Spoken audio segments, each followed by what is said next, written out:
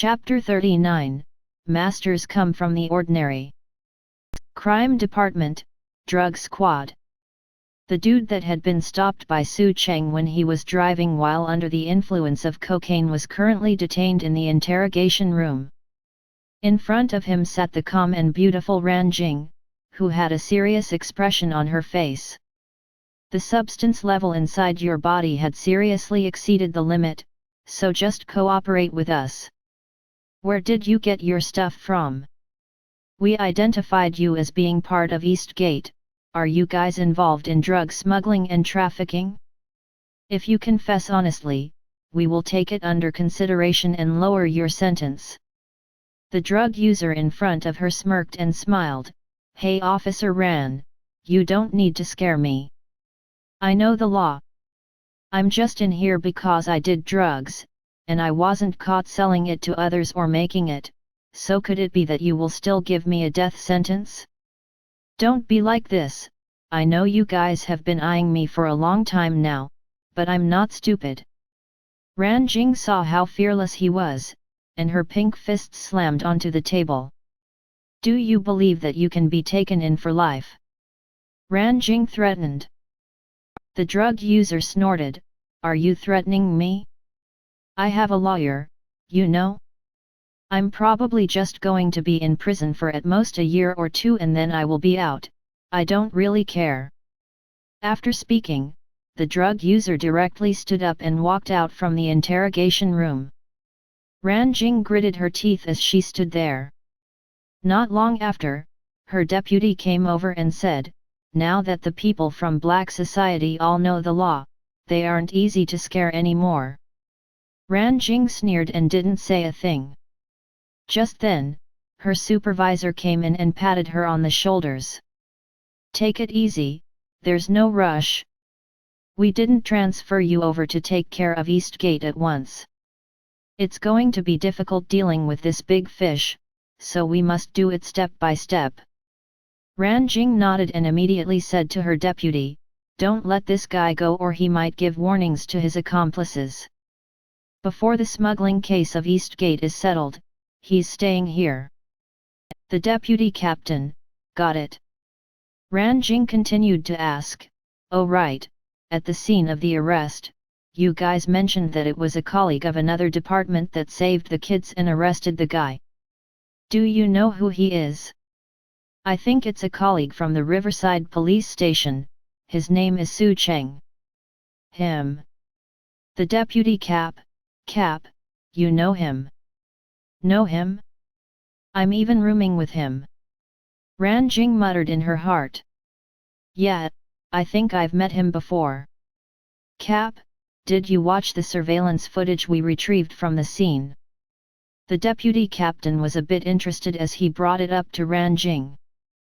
What's there to see? Ran Jing said carelessly. All the other colleagues found it more and more shocking and strange the more they looked at it. The deputy captain sighed and said. Strange? Ran Jing blinked a few times and said in curiosity, let's go, let me check it out. The deputy cap then led Ran Jing to an office and said to a colleague, show that strange clip to captain. One of the colleagues working on filing immediately opened a video file and played it.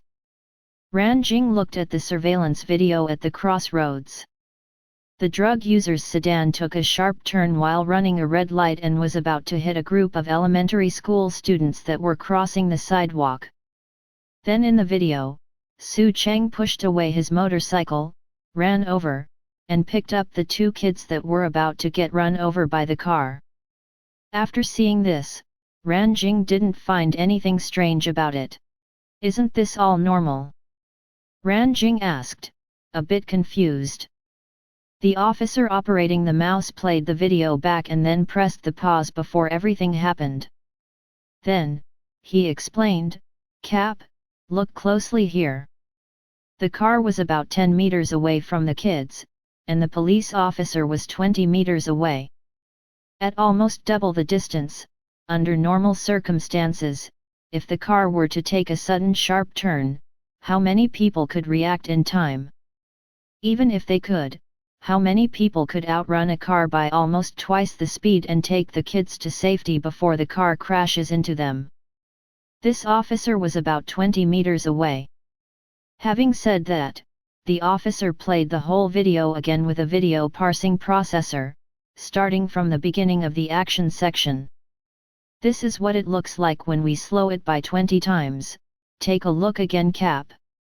Ran Jing watched the video, and the officer analyzing the footage pointed at Su Cheng and said, "Look at his feet." Normally, when a video is slowed down 20 times, any fast motion can be clearly visible to the naked eye, unblurred.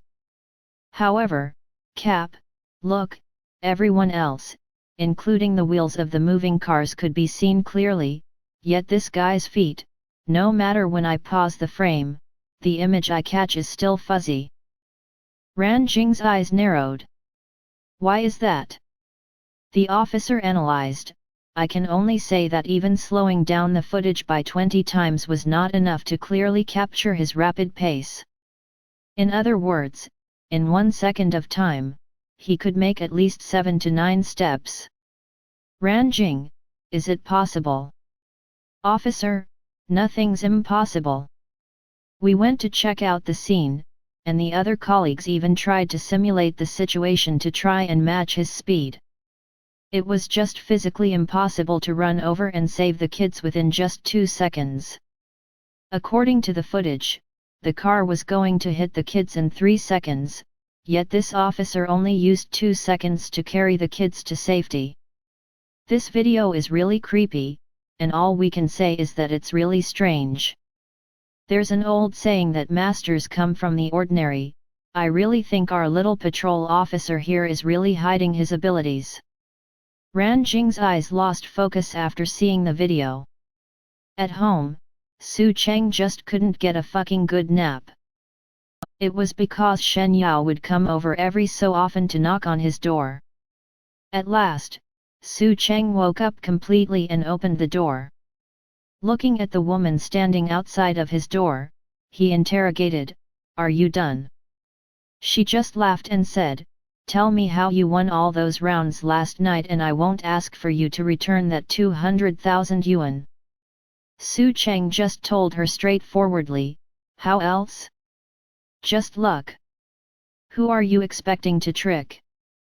Shen Yao snorted, putting on the "I'm not a 3-year-old" expression and saying as she scanned Su Cheng up and down, "I bet you were a pro gambler in the past." Su Cheng looked at her and asked, "Are you not going to stop until I give you the answer?"